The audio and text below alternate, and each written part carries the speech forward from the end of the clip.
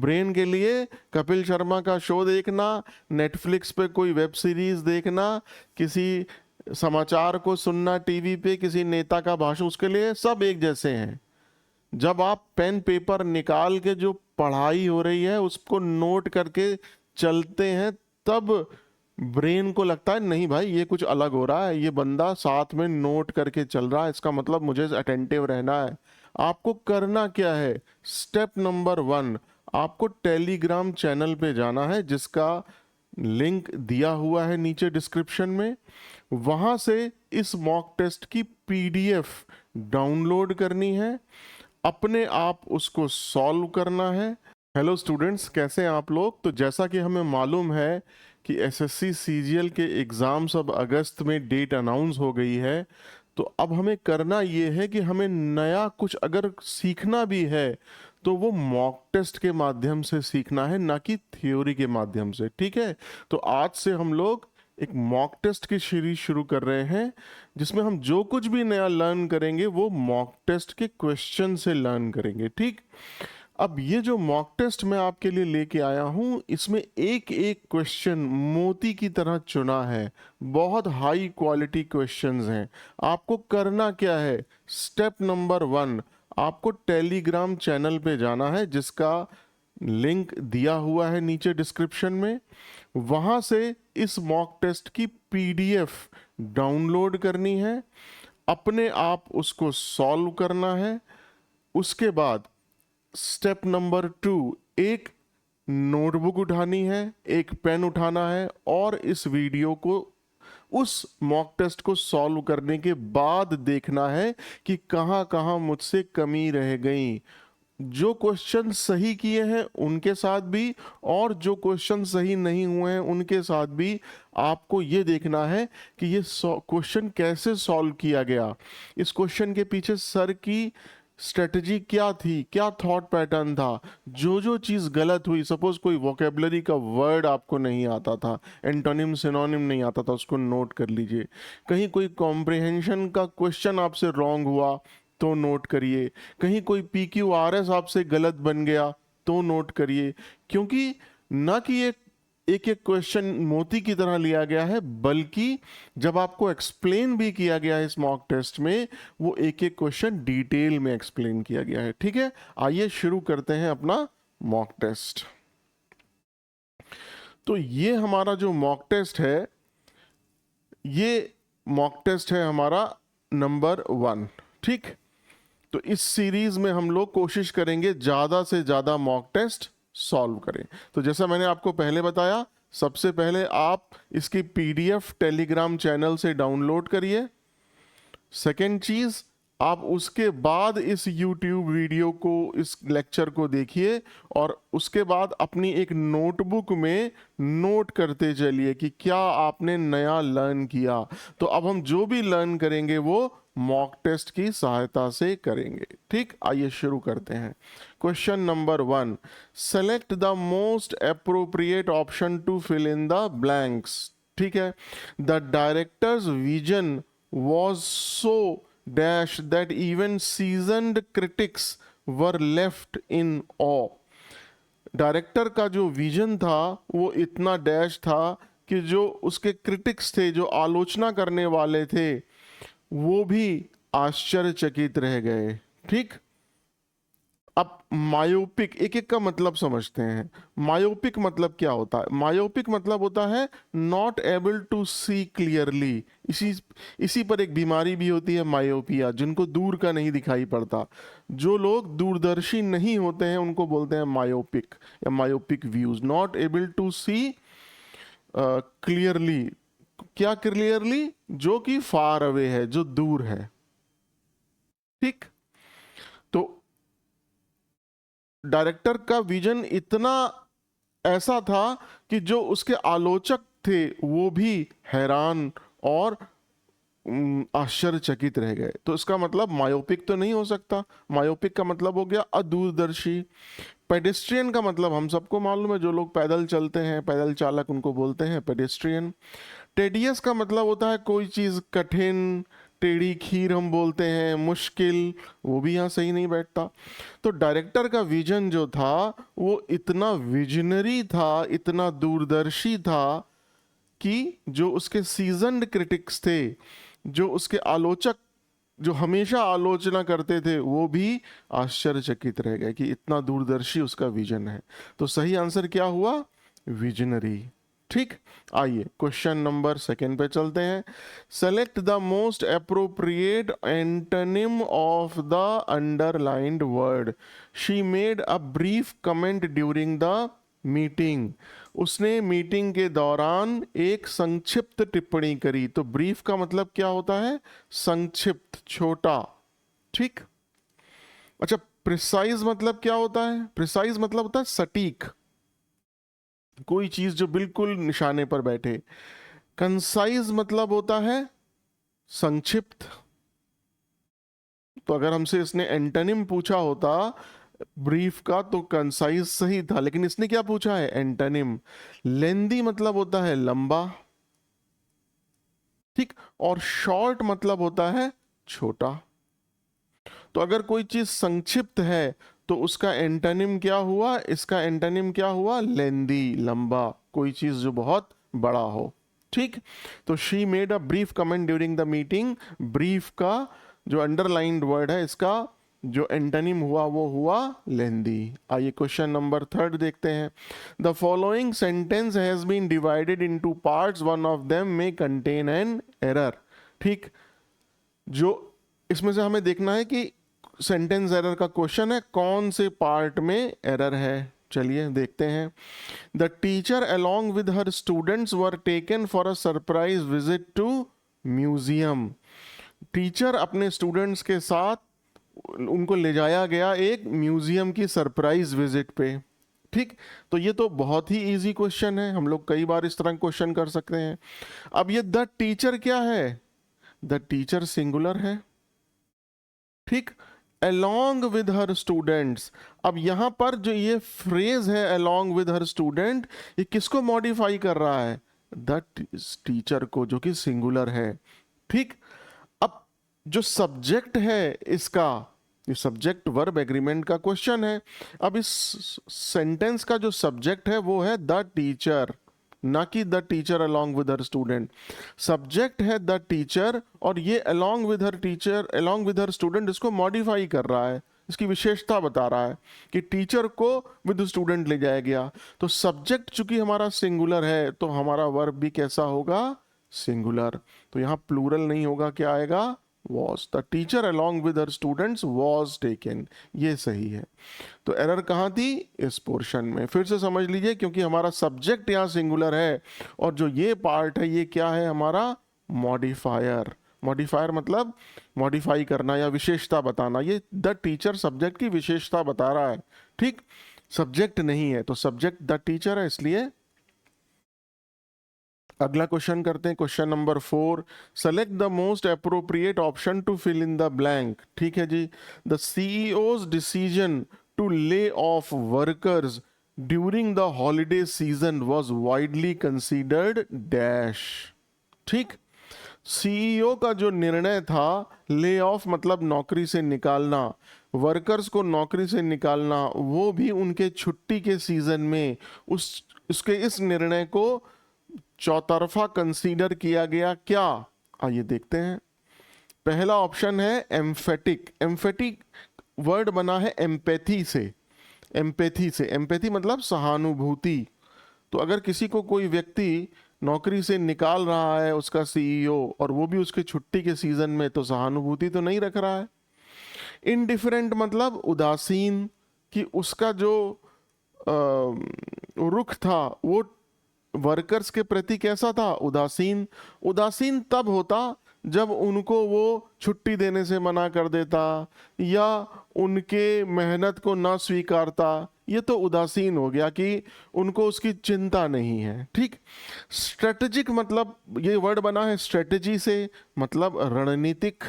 तो कोई भी रणनीतिक वाली बात तो है नहीं कि जब उसको छुट्टियों से, छुट्टी के टाइम में, हॉलीडे सीजन में वो उनका ले ऑफ कर रहा है। तो इसका आंसर क्या हुआ? रुथलेस। रुथलेस मतलब निर्दयी। कोई व्यक्ति ने साल भर काम किया और अब वो अपने परिवार के साथ छुट्टी मना रहा है और उसी छुट्टी के दौरान आपने उसको नौकरी से निकाल दिया, तो ये रुख कैसा हुआ? निर्दयी रुख हुआ, रुथलेस रुख हुआ। ठीक, तो the CEO's decision to lay off workers during the holiday season was widely considered as ruthless।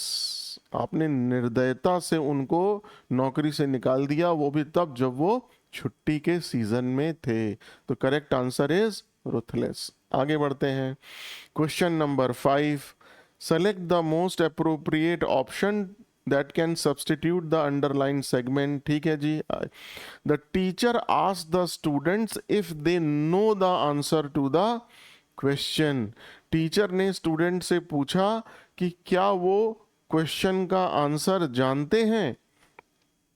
अब इसमें ये 4 ऑप्शन दिए हैं। ठीक, तो सबसे पहले हमको एक इंग्लिश ग्रामर का रूल जो मैंने कई बार अपने यूट्यूब शॉर्ट्स में बताया है कि अगर जो मेन वर्ब है सेंटेंस की वो पास्ट में हो तो ये दिखाता है कि वो जो टाइम पीरियड है वो किसका है?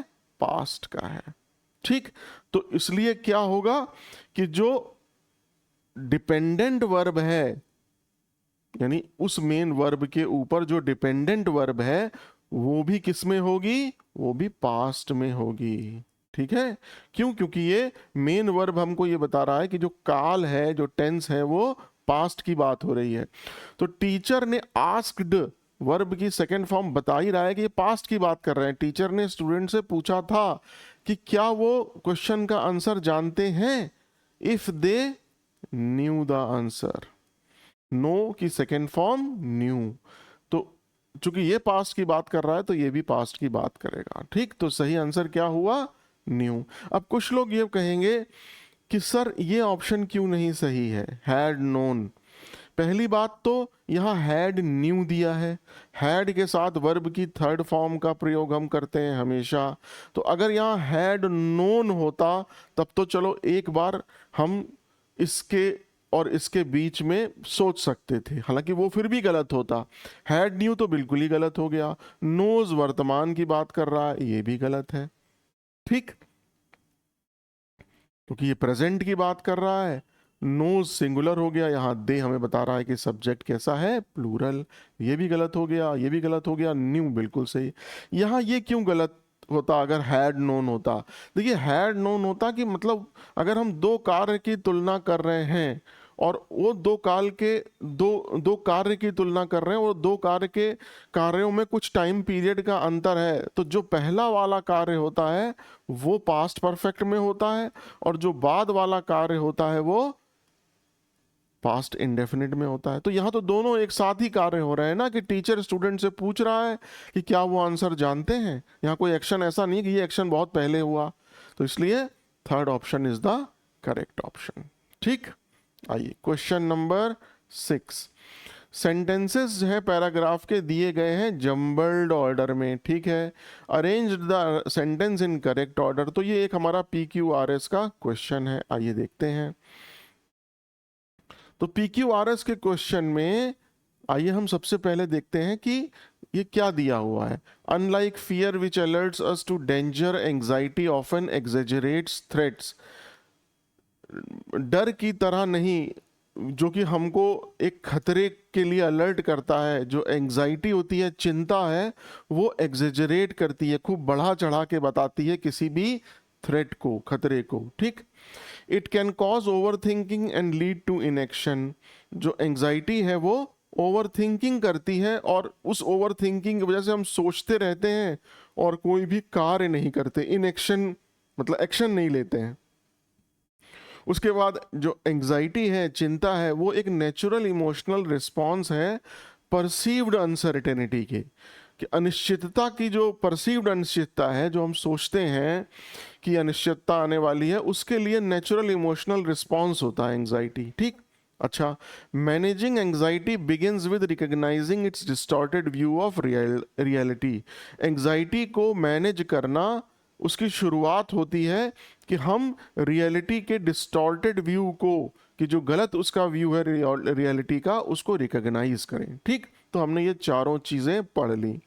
अब जब भी कभी आप PQRS टाइप के क्वेश्चन करें तो सबसे पहले ये देखें कि जो सब्जेक्ट मैटर है जिसके बारे में बात की जा रही है उसको इंट्रोड्यूस कौन कर रहा है। ठीक, यानी कि अगर आप यहां देखें कि इन चारों ऑप्शंस में जो हमारा सब्जेक्ट मैटर है जिसके बारे में बात की जा रही है वो है एंजाइटी, चिंता। अब एंजाइटी को इंट्रोड्यूस कौन कर रहा है? हमें साफ साफ दिखाई पड़ रहा है कि एंजाइटी के बारे में ये सी बता रहा है कि एंजाइटी एक नेचुरल इमोशनल रिस्पॉन्स होता है परसीव्ड अनसर्टेनिटी के। जो हमारा परसीव्ड अनिश्चितता होती है, जो हम अनिश्चितता को मानते हैं, उसके लिए हमारा, तो ये हमारा सी तो सबसे पहले हो गया। ठीक, तो फर्स्ट क्या हो गया? सी। क्यों? क्योंकि ये इंट्रोड्यूस कर रहा है एंजाइटी को, हमारे सब्जेक्ट मैटर को इंट्रोड्यूस कर रहा है। ठीक है। अच्छा, दूसरी बात अगर आप ध्यान दें, उसके बाद ये क्या कर रहा है कि अब इसमें दो ऑप्शन होते हैं यहां पे। पहला कि जो प्रोनाउन है, पहली बात तो वो आ रहा है जो कि हमारे सब्जेक्ट मैटर को बता रहा है। तो यहां पर ये इट आ रहा है जो किसको बता रहा है?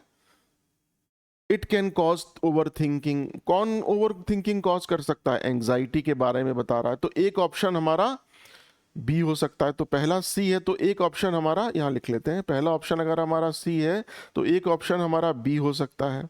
ठीक, और साथ में जब एंजाइटी के बारे में बता दिया तो उसके बाद कोई ऐसी लाइन है जो डिफरेंशिएट कर रही हो, अंतर बता रही हो और हमें एक्सप्लेन कर रही हो कि एंजाइटी और किसी और चीज के बारे में क्या डिफरेंस है। तो यहां देखिए ए बता रहा है अनलाइक फियर,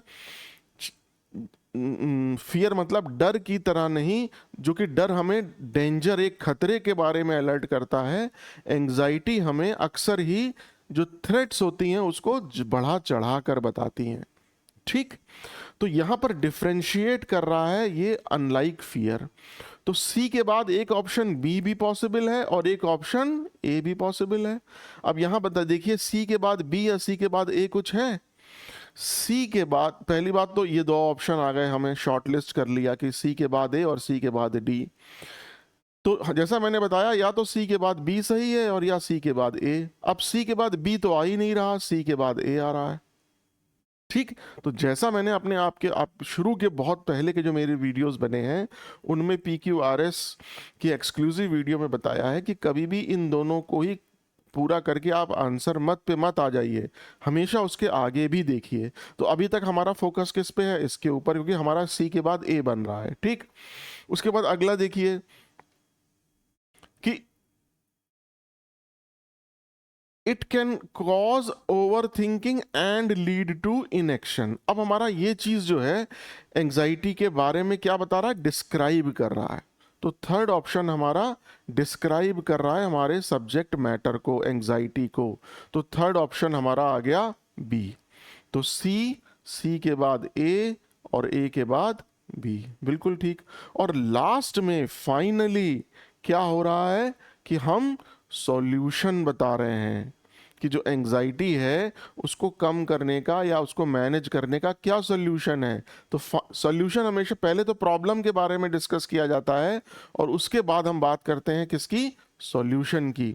अब यहाँ सॉल्यूशन के बारे में बताया जा रहा है कि एंजाइटी को मैनेज करना की शुरुआत होती है कि हम रियलिटी के जो डिस्टॉर्टेड व्यू हैं, डिस्टॉर्टेड मतलब जो खराब व्यू है, जो व्यू सही नहीं है, उसको रिकॉग्नाइज करें, उसको पहचानें। तो सबसे पहले हमने प्रॉब्लम की बात करी और बाद में सॉल्यूशन की। तो CABD जो है हमारा सही आंसर है। तो सही आंसर क्या हो गया? CABD। ठीक, क्यों हुआ?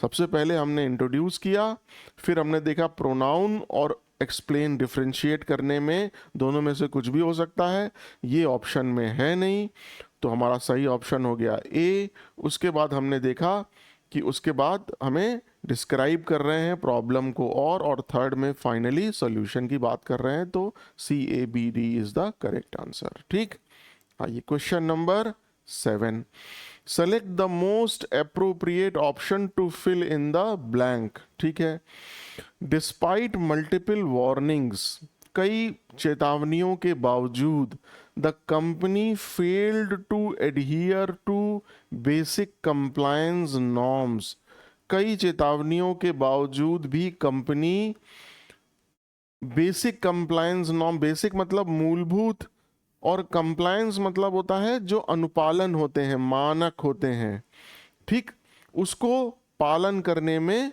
एडहियर मतलब पालन करना, और विफल रही। तो कई वार्निंग्स, चेतावनियों के बावजूद कंपनी अपने बेसिक जो मानक हैं उनको, उनका भी पालन करने में विफल रही। ठीक, अच्छा, yet still somehow has, अब देखिए यहां पर आपको ध्यान क्या देना है कि somehow मतलब किसी तरीके से, जब पूरी तरह विफल रही वो, तो somehow तो हो नहीं सकता। Despite multiple warning the company has failed to, ये भी गलत है। अब बात आती है येट और स्टिल में।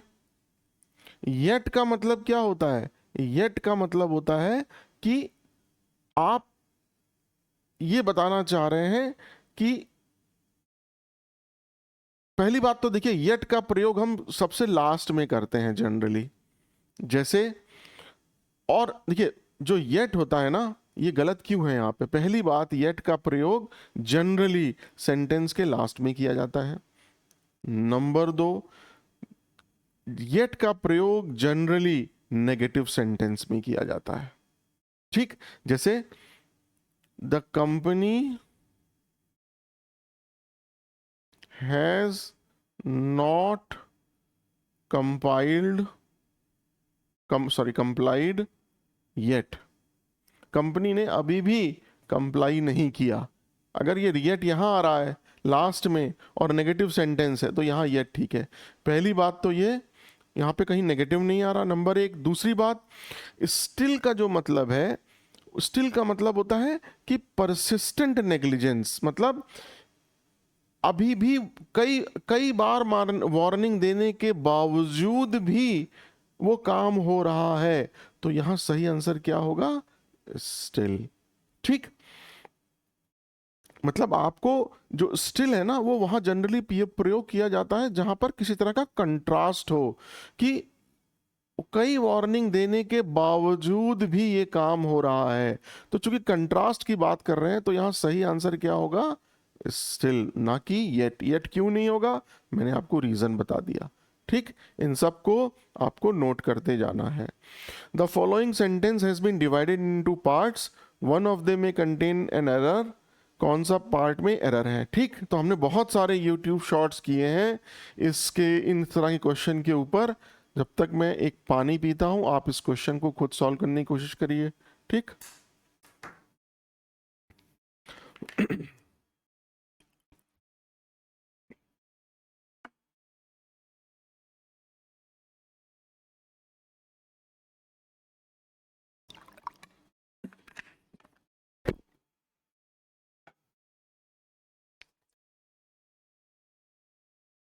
आइए शुरू करते हैं।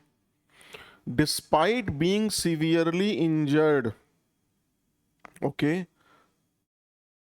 The player insists to participate in the final match.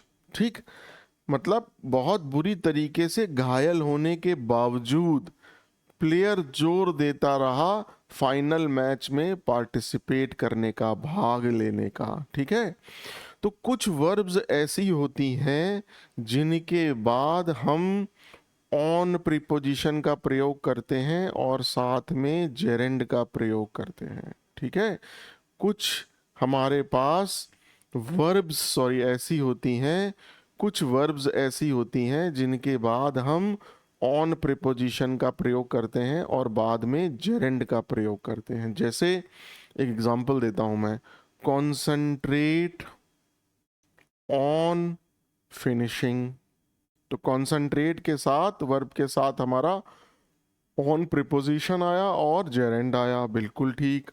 इसी तरीके से फोकस्ड, ये सब नोट करते चलिए आप। फोकस्ड ऑन इम्प्रूविंग, बिल्कुल सही। फोकस्ड वर्ब के साथ ऑन प्रिपोजिशन आई और साथ में वर्ब की फर्स्ट फॉर्म प्लस आईएनजी आया। प्लान ऑन विजिटिंग, ये मैं कुछ एग्जाम्पल दे रहा हूं, ठीक।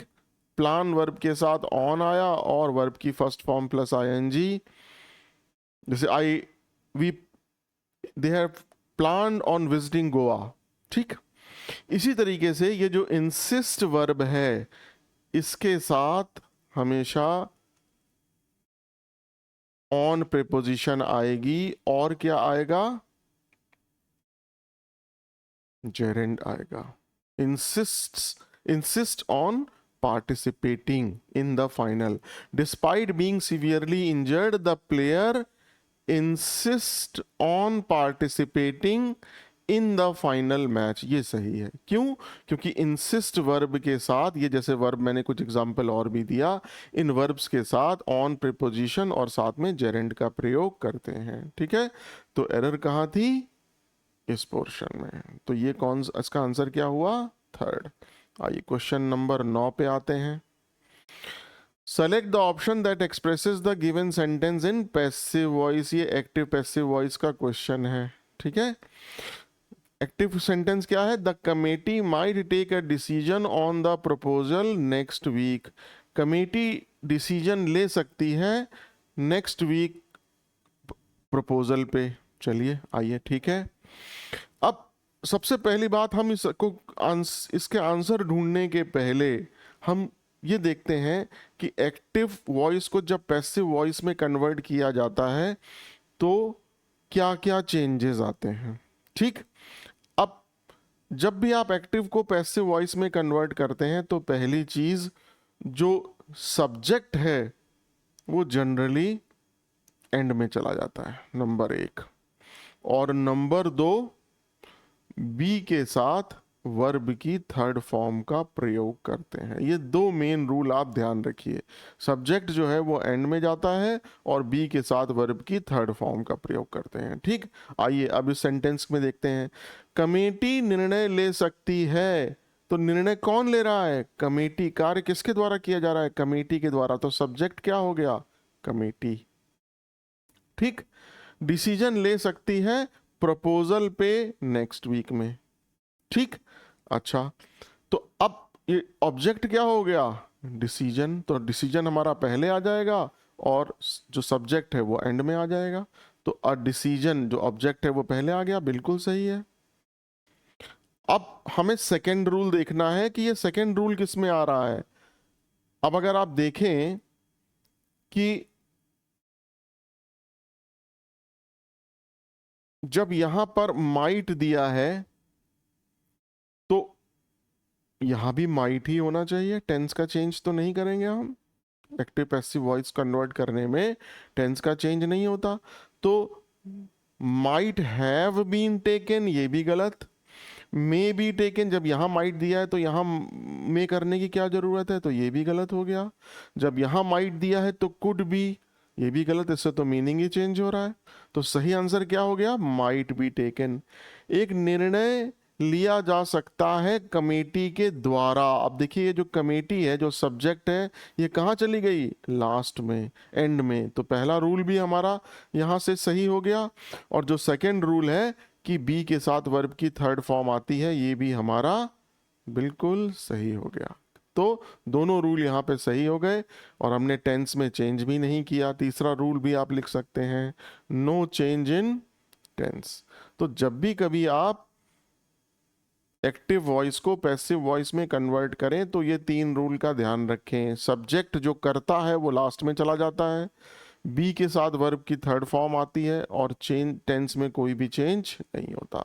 तो इन तीनों को हमारा कौन सा फॉलो कर रहा है?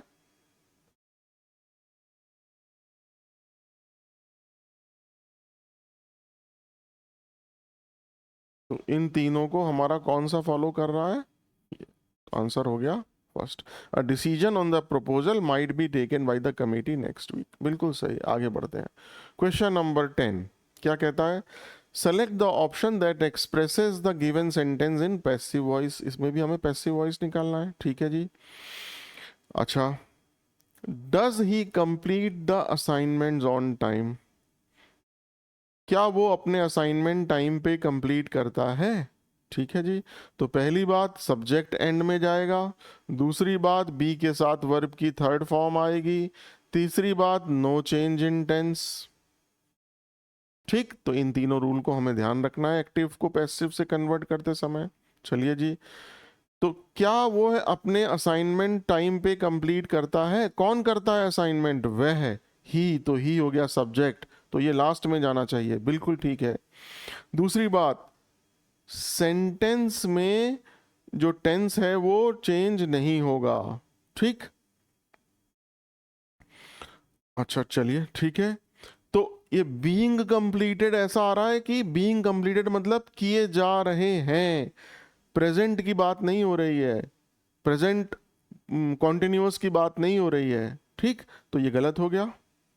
तो अब ये जो ऑब्जेक्ट है ये पहले आ गया, आर द असाइनमेंट्स, किस पे काम हो रहा है? असाइनमेंट्स पे। और कौन कर रहा है? ही, तो ये सब्जेक्ट हो गया, ये ऑब्जेक्ट हो गया। ऑब्जेक्ट पहले आता है, सब्जेक्ट एंड में आता है, तो ये भी उस हिसाब से ये भी सही है, ये भी सही, ये भी सही। अब आगे बढ़ते हैं।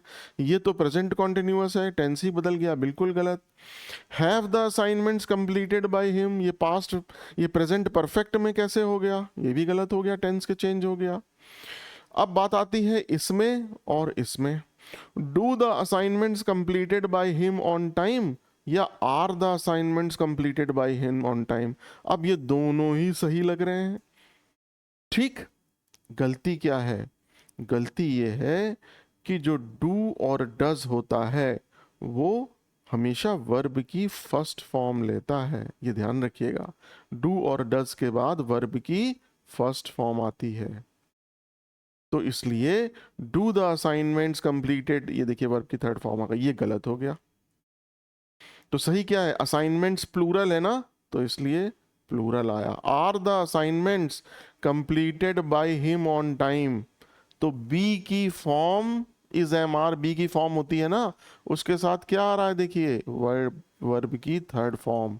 तो बी के साथ वर्ब की थर्ड फॉर्म सही हो गई।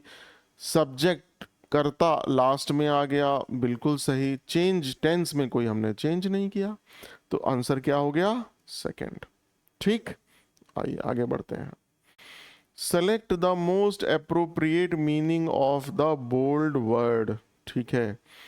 डिस्पाइट द इनिशियल फेलियर्स, शुरुआती सफलताओं के बावजूद भी, she persisted with her idea and finally succeeded, वह अपने विचार पर कायम रही और अंततः सफल हुई। तो परसिस्टेड मतलब क्या होता है? किसी चीज पर कायम रहना, ठीक। अच्छा, अब ये कह रहे हैं कि ये इनमें से कौन सा इडियम इसके लिए सही होगा। चलिए, क्राइड ओवर स्पिल्ट मिल्क मतलब क्या होता है? कोई नुकसान जो है, जो हो चुका, उस नुकसान पर पछताना। स्पिल्ट मिल्क मतलब फैला हुआ दूध, क्राइड मतलब रोना। जो अगर दूध कहीं गिर के फैल गया तो उस पर रोने से कोई फायदा नहीं, तो नुकसान पर पछताना, ठीक है। इसको नोट करिए। आज तो ये कुछ और आंसर है, कल को हो सकता है ये आंसर हो जाए किसी और वर्ड का, तो इसलिए इसको नोट करते रहिए, ठीक। Hit the nail on the head, hit the nail on the head का मतलब होता है कि बिल्कुल सही बात कहना।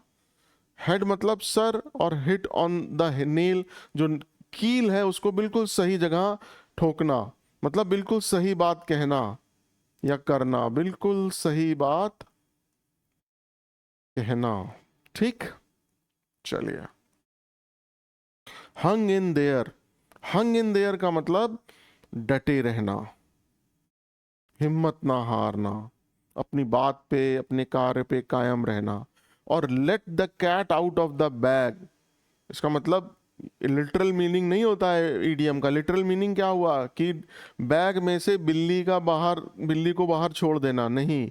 Late the cat out of the bag का मतलब होता है राज, कोई किसी का राज खोल देना, ठीक है, या किसी का गलती से कोई भेद बता देना। सब नोट करिए अगर आपने नहीं किए हैं तो, ठीक है।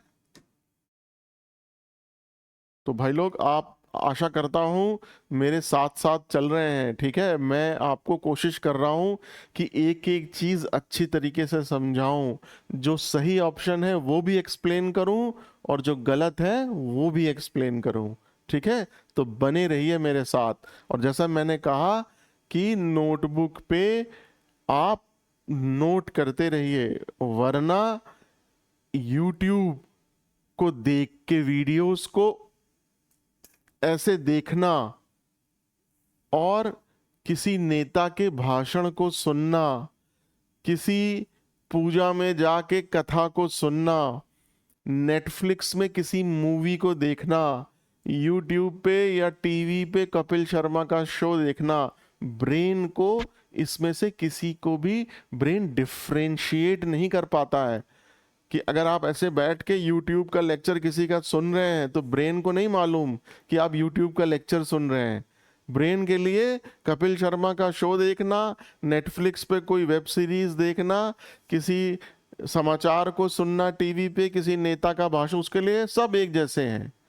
जब आप पेन पेपर निकाल के जो पढ़ाई हो रही है उसको नोट करके चलते हैं, तब ब्रेन को लगता है नहीं भाई ये कुछ अलग हो रहा है, ये बंदा साथ में नोट करके चल रहा है, इसका मतलब मुझे अटेंटिव रहना है, ये जो सामने देख रहा है उसको नोट भी कर रहा है।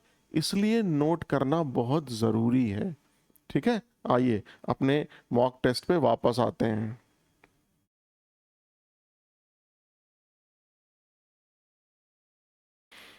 चलिए, select the most appropriate meaning of the bold idiom.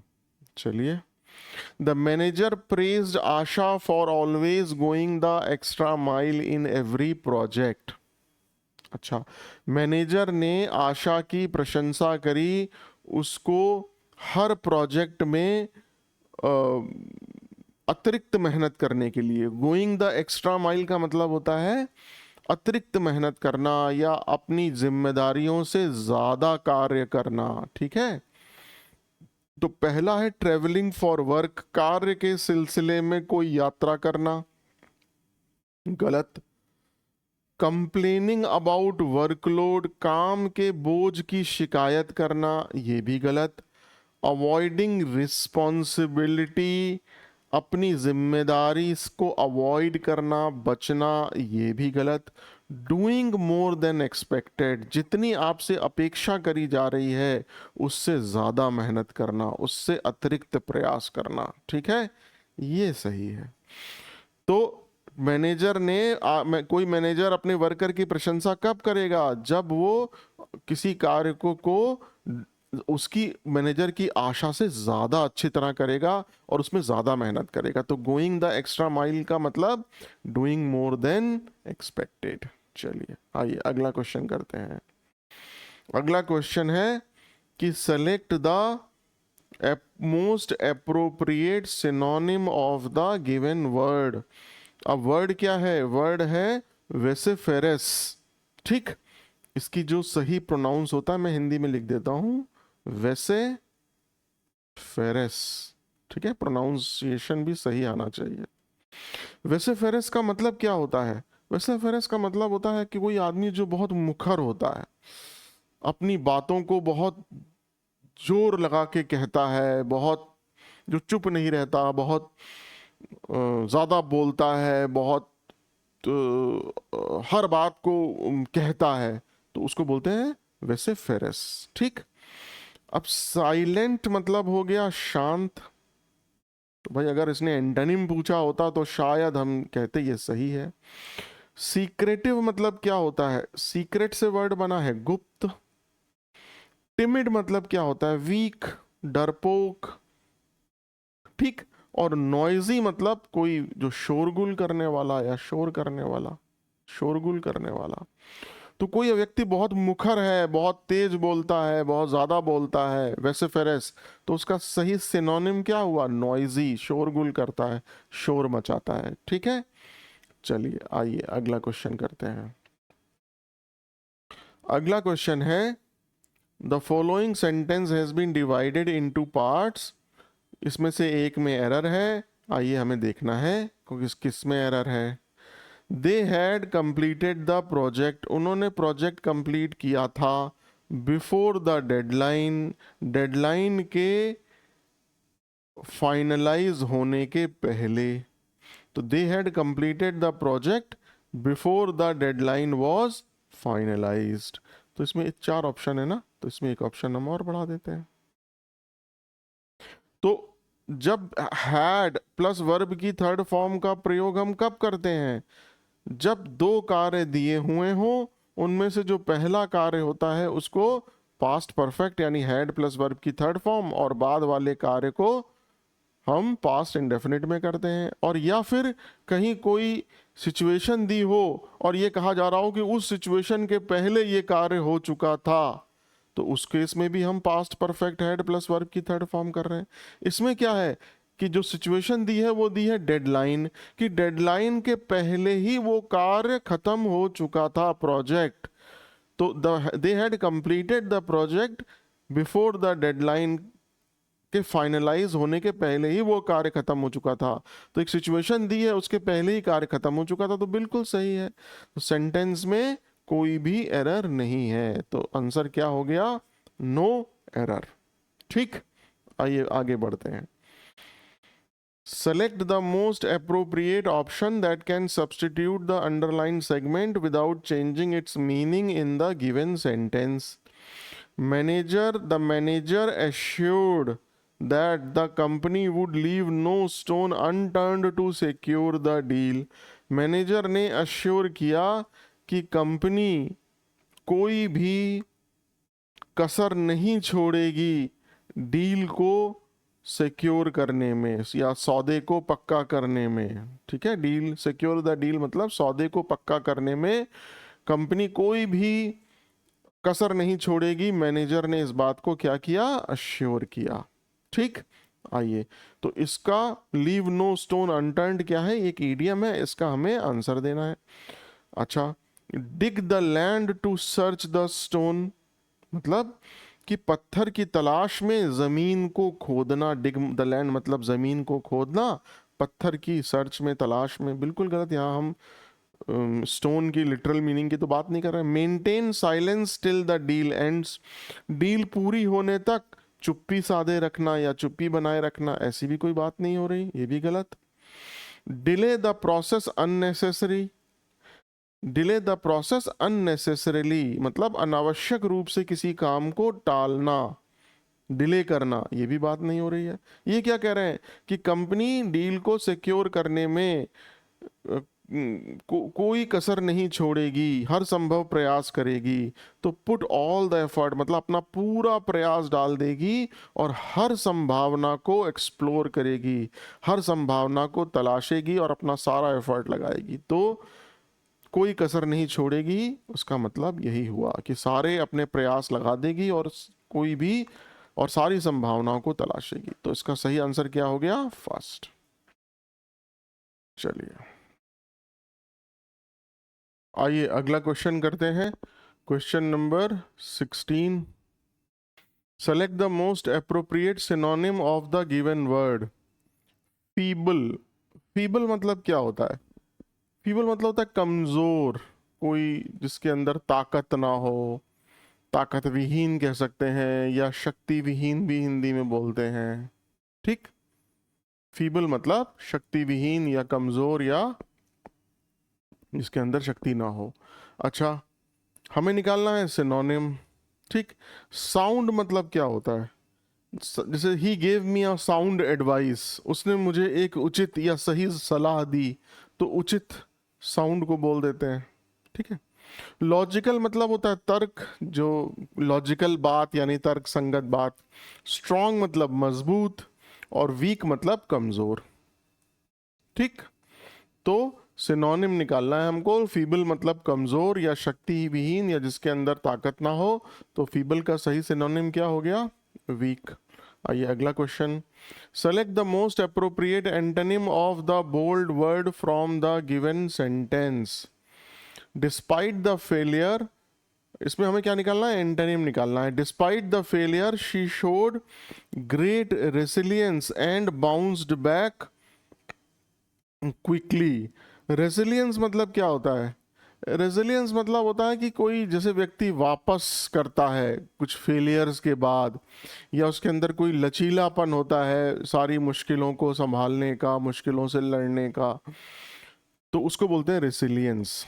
ठीक, तो फेलियर के बावजूद उसने बहुत साहस दिखाया लौटने का, जबरदस्त वापसी करने का, एंड बाउंस्ड बैक क्विकली, और वो तेजी से वापसी उसकी हो गई या तेजी से वो उबर आई। ठीक, अब वाइटैलिटी मतलब क्या होता है? वाइटैलिटी की हिंदी होती है जीवट। जैसे these medicine will give you vitality, मतलब ये मेडिसिन तुमको जीवट बनाएंगी या तुमको ताजगी देंगी, तुमको मजबूत बनाएंगी। बोल्डनेस मतलब हमें सबको मालूम है, बोल्डनेस मतलब होता है साहस। फ्रेजिलिटी मतलब क्या होता है? नाजुकता या नाजुक। फ्रेजाइल, कांच फ्रेजाइल होता है या कांच का सामान। और परसिवियरेंस मतलब क्या होता है? परसिवियरेंस मतलब होता है किसी चीज पे डटे रहना, या जिसे हम हिंदी में और बोलते हैं दृढ़। ठीक है, तो हमें निकालना क्या है? एंटोनिम। अगर रेसिलियंस का मतलब होता है कि मजबूत, साहस दिखाना, वापसी करना, तो अगर कोई व्यक्ति बाउंस बैक कर रहा है तो इसका एंटोनिम क्या होगा? फ्रेजाइल है बहुत। फ्रेजाइल मतलब जरा सी बात से वो अपने कार्य से, मकसद से भटक जाता है, जरा सी बात से वो दुखी हो जाता है, वो डटे नहीं रहता है। तो रेसिलियंस का एंटोनिम क्या हो गया? फ्रेजिलिटी। ठीक, आइए question number 8। Select the most appropriate synonym of the given word. Precarious, precarious situation जैसे हम बोलते हैं। प्रिकेरियस मतलब होता है कि अनिश्चितता, मतलब किसी चीज़ में लटके रहना, निर्णय ना ले पाने की स्थिति, या हम बोलते हैं संदिग्ध, मतलब जो चीज़ अनिश्चितता या कोई चीज़ संदिग्ध हो, मतलब अपनी चीज़ पे कायम ना हो। ठीक है, हमें सिनोनिम निकालना है। एफिशिएंट मतलब क्या होता है? कुशल, बहुत एफिशिएंट व्यक्ति है या उसका कार्य बहुत एफिशिएंट है। कैलकुलेटेड मतलब होता है he has taken a calculated risk, मतलब उसने बहुत सोच समझ कर रिस्क लिया, तो कैलकुलेटेड मतलब हो गया बहुत चीज कैलकुलेशन के बाद की गई। अच्छा, सिक्योर मतलब हो गया कि कोई चीज बहुत सुरक्षित है, सिक्योर है। जैसे मेरा पैसा बैंक में सिक्योर है आप कहते हैं, तो मतलब मेरा पैसा सुरक्षित है। और अनस्टेडी का मतलब हो गया अस्थिर, जो स्थिर ना हो, जो डावाडोल हो। एक हिंदी में वर्ड होता है ना, डावाडोल। तो कोई चीज अनिश्चित है, स्थिर नहीं है, इसका मतलब वो क्या है? अस्थिर है, अनस्टेडी है। ठीक है, अगर आप चाहें तो मैं आपको एक इसका छोटा सा एक एग्जाम्पल भी देके समझा सकता हूँ, ताकि ये आपको प्रिकेरियस वर्ड का ज़्यादा अच्छी तरीके से मीनिंग समझ में आए। जैसे मैंने पहले भी कहा है कि अगर हम किसी को, किसी वर्ड को अगर हम सेंटेंस में यूज़ करके देखते हैं, जैसे फॉर एग्जांपल द लॉरी और द ट्रक कह सकते हैं। The truck was lodged in a very precarious way with its front front wheels, उसके जो आगे के टायर हैं, हैंगिंग, मतलब जो ट्रक था वो बहुत ही प्रिकेरियस वे में, डावाडोल स्थिति में लटका हुआ था, उसके जो फ्रंट व्हील थे वो लटके हुए थे। ठीक, तो ये होता है प्रिकेरियस। प्रिकेरियस मतलब डावाडोल, अस्थिर, इसलिए इसका आंसर क्या हुआ? Unsteady. The following sentence has been split into 4 segments. Identify the segment that contains a grammatical error. ठीक है? The committee has submitted their final report to the ministry. अब कमेटी ने एक रिपोर्ट सबमिट करी, ठीक। अब कमेटी कैसे कर रही है काम? जो कमेटी है वो एक सिंगल यूनिट की तरह काम कर रही है। तो सब्जेक्ट जो है वो क्या है? वो सिंगल यूनिट की तरह काम कर रहा है, तो सब्जेक्ट भी कैसा हो गया? सिंगुलर हो गया। जब सब्जेक्ट सिंगुलर हो गया तो सब्जेक्ट वर्ब एग्रीमेंट के रूल के अनुसार जो हमारा वर्ब है वो भी कैसा हो गया? सिंगुलर हो गया। ठीक है, तो the committee has submitted, verb भी सिंगुलर होगी और प्रोनाउन एडजेक्टिव सब कैसा होगा? The company has submitted it's final report. ठीक है, कंपनी ने अपनी, देयर प्लूरल नहीं होगा, कैसा होगा? सिंगुलर। क्यों? क्योंकि कभी कंपनी ने एक रिपोर्ट को, कमेटी ने एक रिपोर्ट को सबमिट किया, तो कंपनी, कमेटी कैसे काम कर रही है? एक सिंगुलर यूनिट की तरह। जब एक सिंगुलर यूनिट की तरह काम कर रही है तो वर्ब भी सिंगुलर होगी, प्रोनाउन भी सिंगुलर होगा, एडजेक्टिव भी सिंगुलर होगा। ठीक है, तो इसलिए यहाँ देयर की बजाय इट्स आया। तो एरर कहाँ थी? इस पोर्शन में एरर थी। ठीक है, कई बार हम इस तरह के क्वेश्चन सॉल्व कर चुके हैं। Question number 20, part of the sentence are given below in jumbled order. ये जम्बल्ड ऑर्डर में है, PQRS का क्वेश्चन है। आइए सॉल्व करते हैं। Democracy thrives when citizens are actively involved in governance. ठीक, मतलब डेमोक्रेसी जो है, जिसको लोकतंत्र बोलते हैं, थ्राइव मतलब फलती फूलती है जब उसके नागरिक एक्टिवली, सक्रिय रूप से इन्वॉल्व रहते हैं गवर्नेंस में। ठीक है, public debates, voting and participation keep it alive. मतलब जो सार्वजनिक बहस होती है और जो मतदान होता है या लोगों की भागीदारी होती है, वो किसको जिंदा रखती है? डेमोक्रेसी को जिंदा रखती है। अपैथी एंड, अपैथी मतलब उदासीनता और अज्ञानता, इसको कमज़ोर करती हैं डेमोक्रेटिक फाउंडेशन को, डेमोक्रेटिक लोकतंत्र की नींव को कमज़ोर करती हैं उदासीनता और अज्ञानता।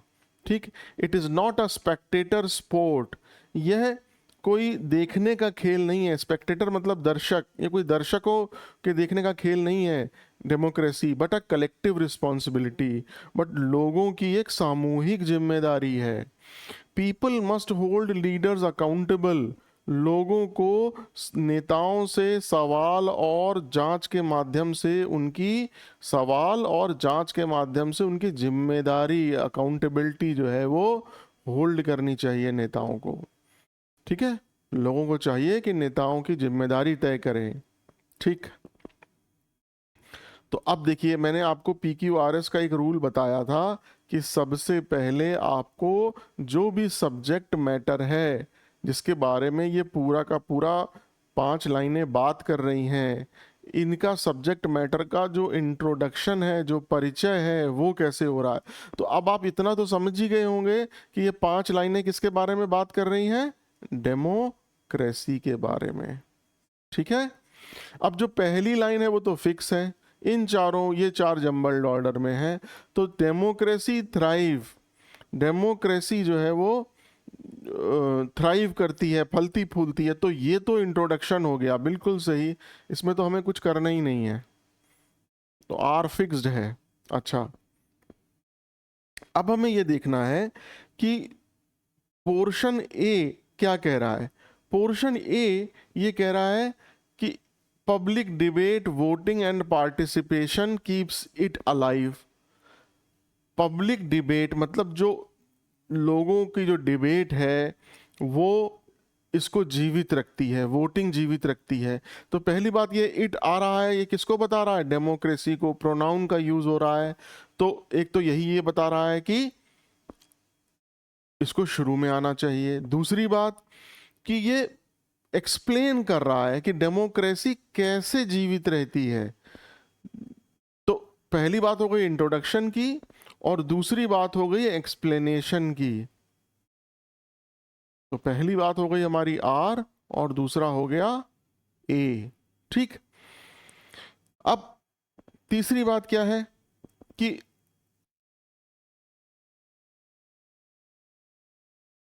अब प्रोसेस से फिलॉसफी पे शिफ्ट हो रहा है। मतलब कि जो it is not a Spectator sport, यह कोई दार्शनिक या लोगों के देखने वाला खेल नहीं है, बल्कि यह सामूहिक जिम्मेदारी है। इट अगेन ये डेमोक्रेसी को बता रहा है। ठीक है, तो थर्ड क्या कर रहा है, ये प्रोसेस से फिलॉसफी पे शिफ्ट कर रहा है।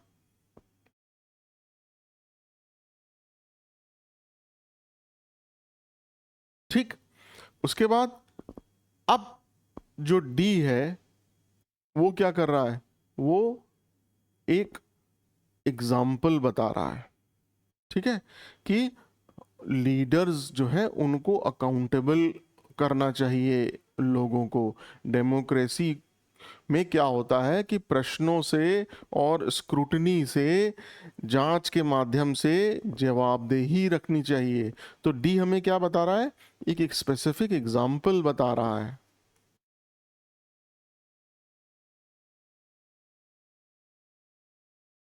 ठीक है, और लास्ट है हमारा apathy and ignorance can weaken democratic foundation.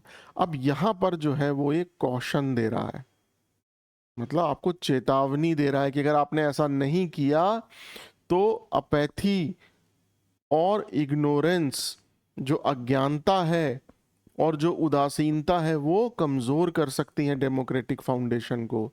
तो जब आप डेमोक्रेसी के बारे में बता रहे हैं, उसको इंट्रोड्यूस कर रहे हैं, फिर उसको एक्सप्लेन कर रहे हैं, फिर उसको प्रोसेस से फिलॉसफी के बारे में बता रहे हैं, उसके बाद एक स्पेसिफिक एग्जांपल दे रहे हैं, और फिर लास्ट में क्या कह रहे हैं, लास्ट में ये कह रहे हैं कि भाई अगर चेतावनी दे रहे हैं कि भाई अगर आपने ऐसा नहीं किया तो ये डेमोक्रेटिक फाउंडेशन को वीकन कर सकता है। ठीक है, तो ए सी डी और लास्ट में कॉशन, चेतावनी। ठीक, तो सबसे पहले इंट्रोडक्शन हो गया, तो फिक्स था, फिर एक्सप्लेन किया, फिर प्रोसेस से फिलॉसफी के बारे में बताया, फिर एक स्पेसिफिक एग्जांपल के बारे में बताया, और लास्ट में कॉशन। तो R A C D B, ये कैसे हुआ ये मैंने आपको एक्सप्लेन कर दिया। ठीक, तो फोर्थ इज द, अच्छा क्वेश्चन था ये, fourth is the correct answer. ठीक, इसमें कुछ हिंट थे आपके पास, जैसे मैंने आपको बताया कि जो चेतावनी है वो लास्ट में दी जाती है सब चीज़ें बताने के बाद। तो आपको ये समझ में आ गया कि यार बी मेरा लास्ट है। अगर क्वेश्चन में थोड़ा सा आपको ट्रिकी लगे तो आप देख लो यार बी मेरा लास्ट है, चेतावनी की बात कर रहा है ये। ठीक है, और public debates, voting and participation keep it alive, किसको अलाइव, इट जो है प्रोनाउन बता रहा है डेमोक्रेसी को। तो आपको ये भी समझ में आ गया कि यार ए मेरा शुरू का है और बी मेरा लास्ट है, ए मेरा शुरू का है, बी मेरा लास्ट है, तो यार ये आंसर हो गया। ठीक, चलिए आगे बढ़ते हैं। Select the most appropriate option to fill in the blank. Not until the investigation concludes dash any statement be released. जब तक, नॉट अंटिल मतलब जब तक जांच पूरी नहीं हो जाती तब तक कोई भी बयान, स्टेटमेंट मतलब बयान, रिलीज मतलब जारी करना, नहीं किया जाएगा। जब तक जांच पूरी नहीं हो जाती कोई भी स्टेटमेंट रिलीज नहीं किया जाता। अभी कल परसों मैंने एक शॉर्ट डाला है यूट्यूब का कि अगर किसी सेंटेंस की शुरुआत किसी नेगेटिव एक्सप्रेशन से हो, उस केस में हम इंग्लिश का रूल ऑफ इन्वर्जन लगाते हैं। ठीक है, रूल ऑफ इन्वर्जन क्या कहता है कि हेल्पिंग वर्ब या ऑक्सिलरी वर्ब सब्जेक्ट के पहले आती है। ठीक, तो not until the investigation concludes. अब अगर हम यहां लगाते हैं मस्ट, तो मस्ट मतलब बहुत जरूरी हो गया कि ये काम होना ही है। ठीक, जबकि यहां पर क्या है, यहां पर हम एक फ्यूचर की बात कर रहे हैं कि ऐसा नहीं किया जाएगा।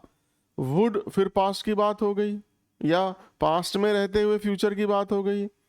शुड हम एक बता रहे हैं कि ऐसा नहीं करना चाहिए, तो सही आंसर क्या हुआ? शैल। ऐसा नहीं किया जाएगा। शैल जो है वो एक फ्यूचर कन्फर्मेशन को बता रहा है कि जब तक इन्वेस्टिगेशन समाप्त नहीं हो जाता, जांच समाप्त नहीं हो जाती, ऐसा नहीं किया जाएगा, ना कि ना किया जाना चाहिए। ठीक,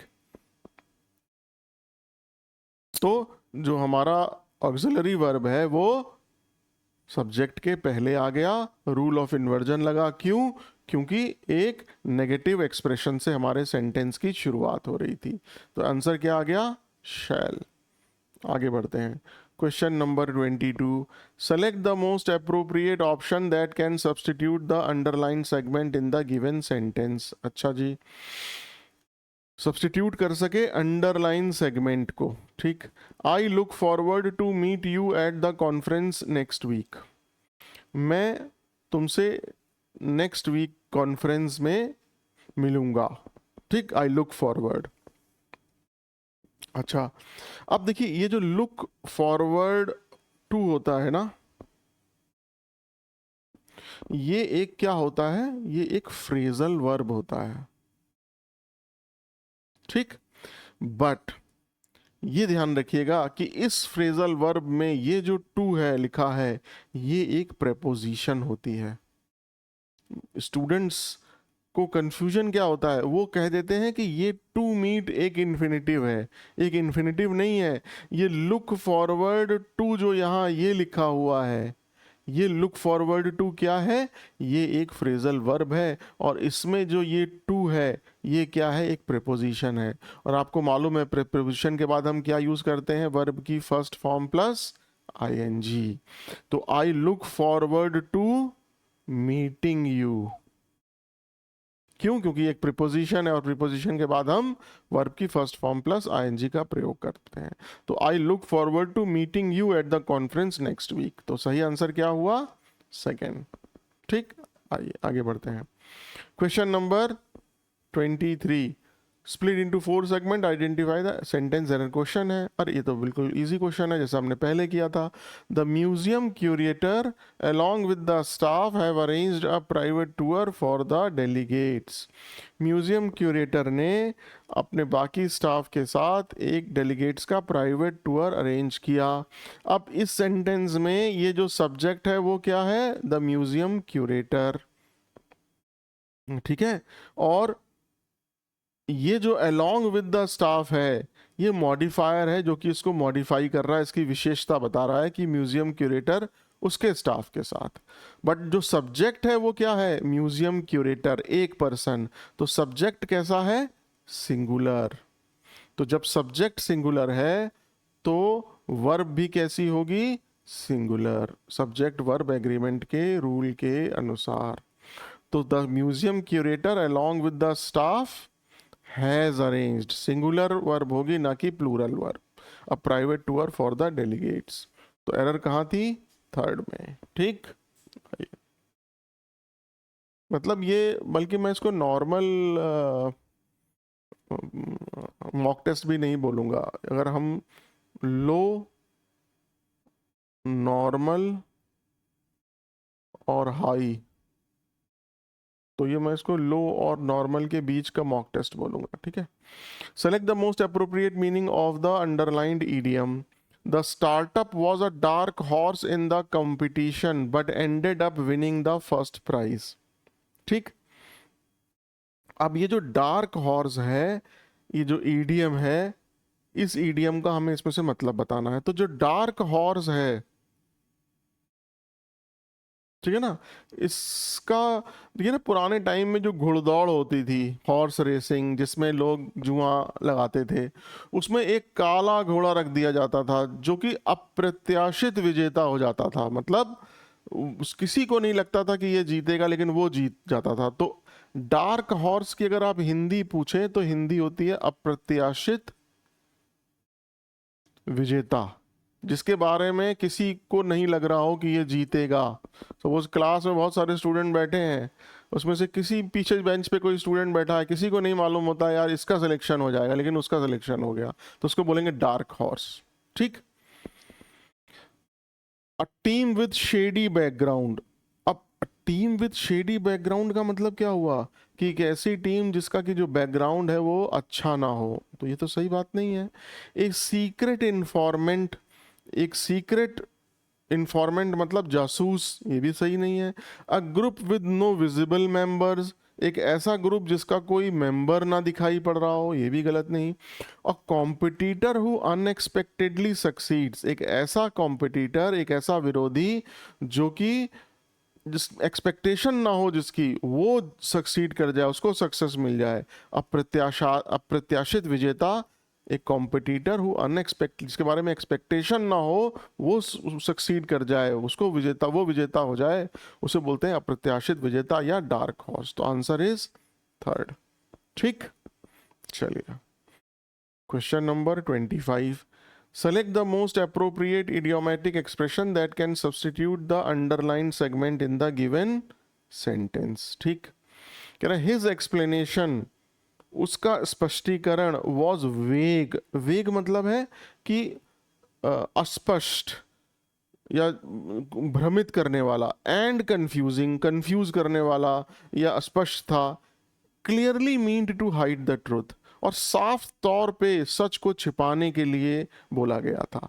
ठीक, उसका जो एक्सप्लेनेशन था वो अस्पष्ट था, कंफ्यूजिंग था, और साफ तौर पर सच को छुपाने के लिए रखा गया था। चलिए, पुल द प्लग का मतलब क्या होता है कि किसी भी चीज को अचानक बंद कर देना। ठीक, pull the plug from, pull the plug on the project का मतलब प्रोजेक्ट को अचानक बंद कर दिया। अचानक किसी चीज को बंद करना हम बोलते हैं pull the plug. Lay down the law का मतलब होता है कि किसी चीज को आदेश किसी के ऊपर थोपना, या किसी नियम को लागू करना, सख्ती से नियम लागू करना या नियम को थोपना। ठीक, गो द एक्स्ट्रा माइल का मतलब है कि अतिरिक्त मेहनत करना या बहुत अपेक्षा से बढ़कर प्रयास करना। और बीट अराउंड द बुश का मतलब होता है कि मुद्दे की बात ना करना, मुद्दे की बात ना करना या इधर उधर की बात करना, साफ बात ना करना, मुद्दे से भटकना। तो किसी का एक्सप्लेनेशन अगर अस्पष्ट है, कंफ्यूजिंग है, और साफ तौर पे दिखाई पड़ रहा है कि वो सच को छुपाने की कोशिश कर रहा है, उसका मतलब क्या है, he is beating around the Bush, मतलब वो मुद्दे की बात नहीं कर रहा है, वो साफ बात नहीं कर रहा है, वो इधर उधर की बात कर रहा है। तो आंसर क्या हो गया, फर्स्ट। क्लियर, चलिए अब हमारा ये है एक छोटा सा पैसेज, क्योंकि हमारे टियर 1 में जैसे हमें सबको मालूम है कि एक पैसेज भी पूछा जाता है। ठीक है, चलिए तो आइए पहले हम इस पैसेज को समझ लेते हैं। क्या कहता है कि the concept of artificial intelligence has has evolved dramatically over the past few decades। पिछले कुछ दशकों में आर्टिफिशियल इंटेलिजेंस के कॉन्सेप्ट में, अवधारणा में ड्रामेटिकली मतलब नाटकीय रूप से इवॉल्व हुआ है, परिवर्तन आया है। ठीक है, what once seemed like a science fiction, जो कभी एक साइंस फिक्शन मतलब विज्ञान की कथा जैसा लगता था, is now becoming an integral part of our daily lives, वो अब हमारे दैनिक जीवन का एक हिस्सा बनता जा रहा है। ठीक है, from voice assistants in our homes to recommendation algorithm on streaming platform, मतलब हमारे घर में जो वॉइस असिस्टेंट लगे होते हैं, जैसे जैसे जैसे होता ना एलेक्सा, कहते हैं Alexa please close the switch, और switch please switch off the lights, Alexa please switch off the lights. तो एलेक्सा क्या है, वो एक वॉइस असिस्टेंट है हमारे होम में। या आपको किसी का नंबर फ़ोन में कॉल करना होता है तो आप क्या कहते हैं, कॉल रमेश, तो अपने आप तो वो एक वॉइस असिस्टेंट है। ठीक है, तो ये क्या कह रहे हैं, जो वॉइस असिस्टेंट है हमारे घर में, और जो स्ट्रीमिंग प्लेटफॉर्म है जैसे नेटफ्लिक्स है, यूट्यूब है, अमेज़ॉन प्राइम है, वो उनकी जो रिकमेंडेशन है, रिकमेंडेशन एल्गोरिथम है, मतलब अगर आप सपोज कोई यूट्यूब पे एसएससी सीजीएल के वीडियो देख रहे हो, तो आप देखते होगे कि ज़्यादातर आपके सामने एसएससी सीजीएल के ही वीडियो आएंगे, या अगर आप कपिल शर्मा का शो देख रहे हो तो बार बार आपके सामने कपिल शर्मा के ही सीरीज के शो आएंगे।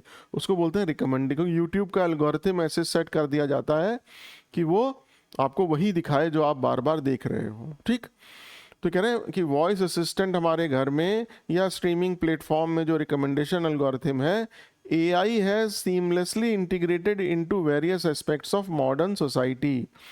मतलब हमारे घरों में वॉइस असिस्टेंट से लेके स्ट्रीमिंग प्लेटफॉर्म पर जो रिकमेंडेशन है, जो सिफारिश करने वाले एल्गोरिथम है से लेके AI ने इंटीग्रेट कर लिया है, मतलब एकीकृत कर लिया है जो हमारी मॉडर्न सोसाइटी है उसके डिफरेंट एस्पेक्ट्स को। ठीक,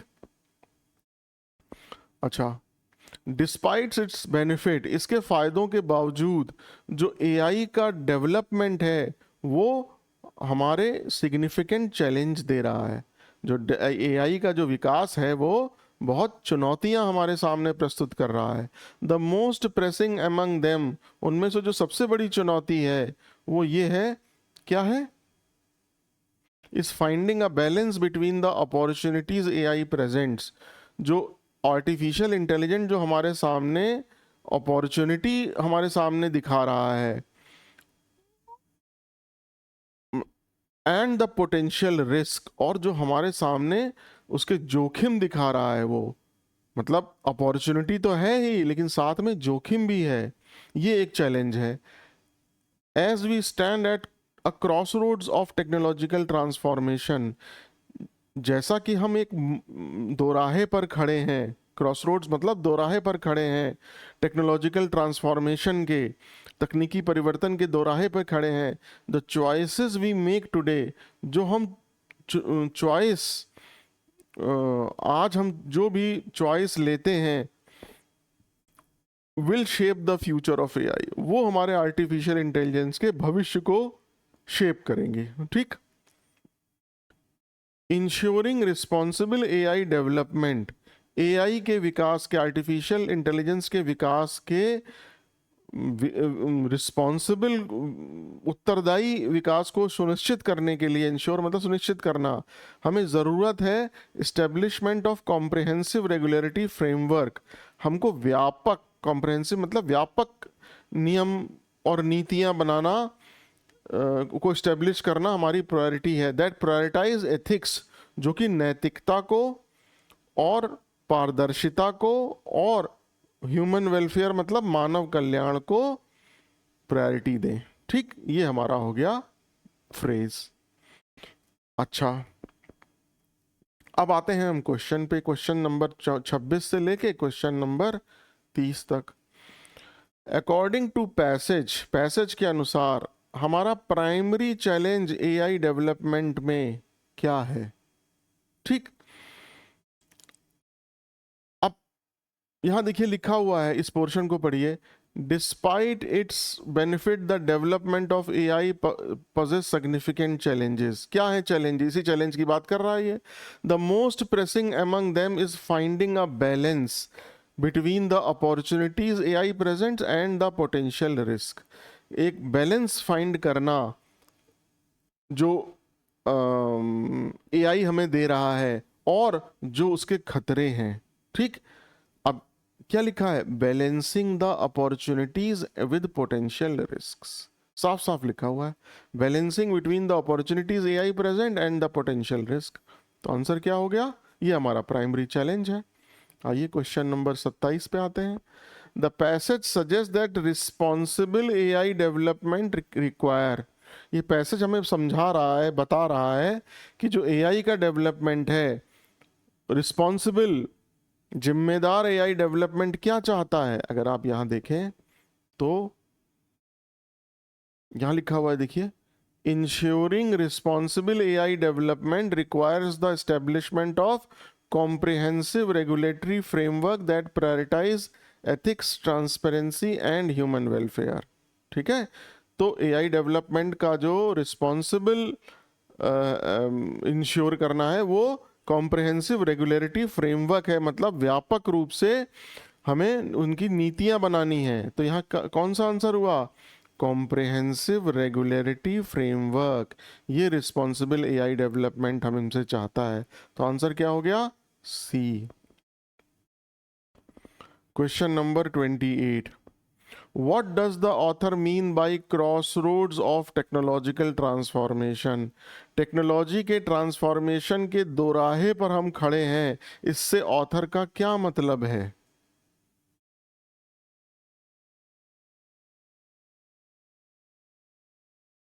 यहाँ लिखा हुआ है, as we stand at crossroads of technical transformation the choices we make, जो हम चॉइस आज की डेट में लेते हैं वो हमारा फ्यूचर का एआई डेवलपमेंट को शेप करेगी, उसको एक शेप देगी। ठीक, तो आइए आंसर देखते हैं।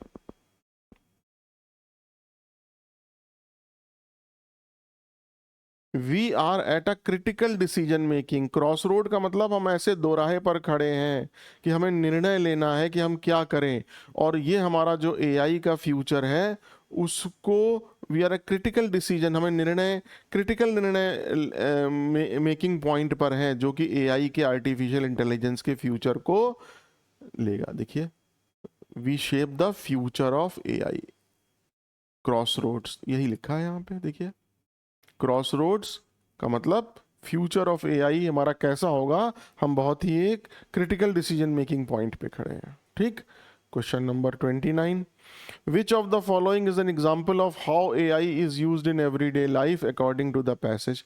पैसेज के अनुसार कौन सा एग्जाम्पल है जो एआई जो है हमारे एवरीडे लाइफ में यूज़ किया जाता है पैसेज के अनुसार? तो अभी हमने ऊपर पढ़ा, मुझे तो ऐसे ही याद है कि एक तो स्ट्रीमिंग एल्गोरिथम है कि नेटफ्लिक्स में, यूट्यूब में, अमेजॉन प्राइम में आप जो देखते हो उसमें जो आप देख रहे हो वही एल्गोरिथम आपको दिखाता है। ठीक, तो जैसे यहाँ पे देखिए, आप शुरू में ही ये दिया हुआ था, from voice assistants in our homes to recommendation algorithm on streaming platform, जो हमारे स्ट्रीमिंग प्लेटफॉर्म है जैसे नेटफ्लिक्स, अमेजॉन प्राइम, यूट्यूब, तो क्या है? Recommendation of algorithms on streaming platform. ठीक, तो आंसर क्या हो गया हमारा? एवरीडे लाइफ में, घर में जो हम यूज करते हैं, वो आंसर सी है। आइए लास्ट क्वेश्चन हमारे मॉक टेस्ट का, what is the tone in the of the author on the passage? तो देखिए, मैंने पहले भी शायद आपको बताया है जब मेरे पुराने वीडियोस थे, जब हम किसी टोन की बात करते हैं, जब हम किसी मेन आइडिया की बात करते हैं, जब हम किसी समरी की बात करते हैं किसी भी पैराग्राफ में, तो हमेशा ध्यान रखिए कि या तो शुरू की 2 लाइंस में, 2 से 3 लाइन में, या लास्ट की 2 से 3 लाइन में आपको इसका मतलब मालूम पड़ जाता है कि जो टोन है ऑथर का वो क्या कहना चाह रहा है। अगर आप पूरा पढ़ेंगे तो आपको ये मालूम पड़ जाएगा कि अलार्मिस्ट एंड पेसिमिस्टिक मतलब आपको चेतावनी दे रहा है और निराशावादी है, ऐसा तो कहीं नहीं है। ह्यूमरस मतलब मजाक कर रहा है, और कैजुअल मतलब ऐसे ही ले रहा है, ये भी नहीं है। Dismissive of AIs impact, AI का जो इम्पैक्ट है, प्रभाव है, वो उसको पूरी तरीके से नकार रहा है, ये भी नहीं है। आपको एआई के बारे में वो इंफॉर्मेशन दे रहा है, और कॉशनरी है मतलब चेतावनी भी दे रहा है कि भाई आपको, हम बहुत ही एक क्रिटिकल जंक्चर पे खड़े हैं, एक दोराहे पर खड़े हैं कि आज हम जो निर्णय लेंगे एआई के, वो आप, उससे हमारा फ्यूचर ऑफ एआई डिसाइड होगा। तो आपको एआई के बारे में इंफॉर्मेशन भी दे रहा है कि एआई का प्रयोग हम स्ट्रीमिंग प्लेटफॉर्म पे कर सकते हैं, और आपको वो एक कॉशन भी दे रहा है, वो ये भी बता रहा है। ठीक है ना, मतलब एक बैलेंस करना है हमको कि जो अपॉर्चुनिटी ये दे रहा है और जो पोटेंशियल, जो उसके खतरे हैं, रिस्क है, उसके बारे में बैलेंस करना है। ठीक, तो इसका सही आंसर क्या हुआ? Informative and cautionary, this is the answer. ठीक, तो ये जब आप एक बार टोन, मैसेज, पैसेज का तभी जब एक बार थोड़ा सा पढ़ लेंगे, और आपको लास्ट में देखिए लिखा है ensuring responsible AI development requires the establishment, ये तो मतलब आपको पैसेज पढ़ने से ये मालूम पड़ गया कि एक तो हमें इंफॉर्मेशन मिल रही है और दूसरा ये हमें क्वेश्चन दे रहा है। ठीक है, तो चलिए इस तरीके से हमने आज अपने टोटल 30 क्वेश्चन इस मॉक टेस्ट में करे। इस मॉक टेस्ट का लेवल मैं ये कहूँगा, अगर हम उसको 3 पार्ट में डिवाइड करें, लो, मीडियम और हाई, तो बिटवीन लो टू मीडियम था। ठीक, मैं नहीं चाहता कि पहले ही मॉक टेस्ट में आपको ऐसे क्वेश्चन दूं जिससे आपको लगे कि अरे मुझे तो कुछ नहीं आता। कॉन्फिडेंस धीरे धीरे डेवलप होता है। जब हम जिम में भी जाते हैं तो पहले ही दिन 50-50 किलो के वजन नहीं उठाते, 5-5 किलो के वजन उठाते हैं। ठीक, तो मेरी कोशिश ये रहेगी कि हम लोग लगातार मॉक टेस्ट करते रहें। अब जब तक आपके एग्ज़ाम्स टीयर 1 के एसएससी सीजीएल के शुरू नहीं हो जाते, लगातार हम मॉक टेस्ट करें, लॉन्ग वीडियोस मॉक टेस्ट के लेके आएँ और मॉक टेस्ट की सहायता से हम सीखें और थ्योरी का इन्वॉल्वमेंट कम रखें, क्योंकि अब थ्योरी का टाइम चला गया। अब आ गया है टाइम कुछ भी नया सीखना हो तो मॉक टेस्ट की सहायता से हम सीखें। ठीक, ये देखिए वीडियोस थोड़े लंबे होते हैं। मैं चाहूँ तो 1 2 3 4 सिर्फ सही सही आंसर बता के, ज़्यादा एक्सप्लेन ना करके, और जो रॉन्ग आंसर है उनको ना बता के मैं आगे बढ़ता रहूँ, बट फिर उससे समझ में नहीं आया ना, उससे ज़्यादा फ़ायदा होगा। समझ से ज़्यादा ज़रूरी है कि अगर आपने 1 या सवा घंटा उस पर लगाया तो उससे फ़ायदा महसूस हो, उससे कुछ नई चीज़ें आपको सीखने को मिली। चलिए आप मेरे साथ बने रहे। हमने ये टोटल 30 क्वेश्चन किए, 25 मेन क्वेश्चन और 5 कॉम्प्रिहेंशन के क्वेश्चन। आप मेरे साथ बने रहे, इसके लिए आपका बहुत बहुत धन्यवाद। मैं आपसे वायदा करता हूँ हम आगे भी इस तरह के मॉक टेस्ट जल्दी जल्दी लेके आएंगे। ठीक है, थैंक यू सो मच।